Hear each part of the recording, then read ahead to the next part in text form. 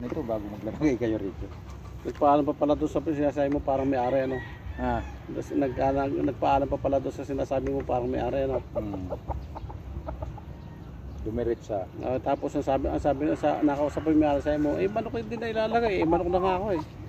Sabi ko maglalagay ka. Binabawal lang nga dyan dumaan ng ibang tao eh. Oo.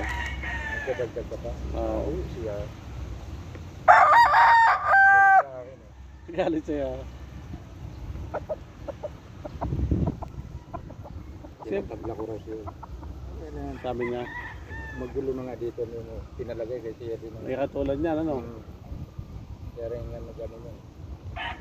Ganun yun eh.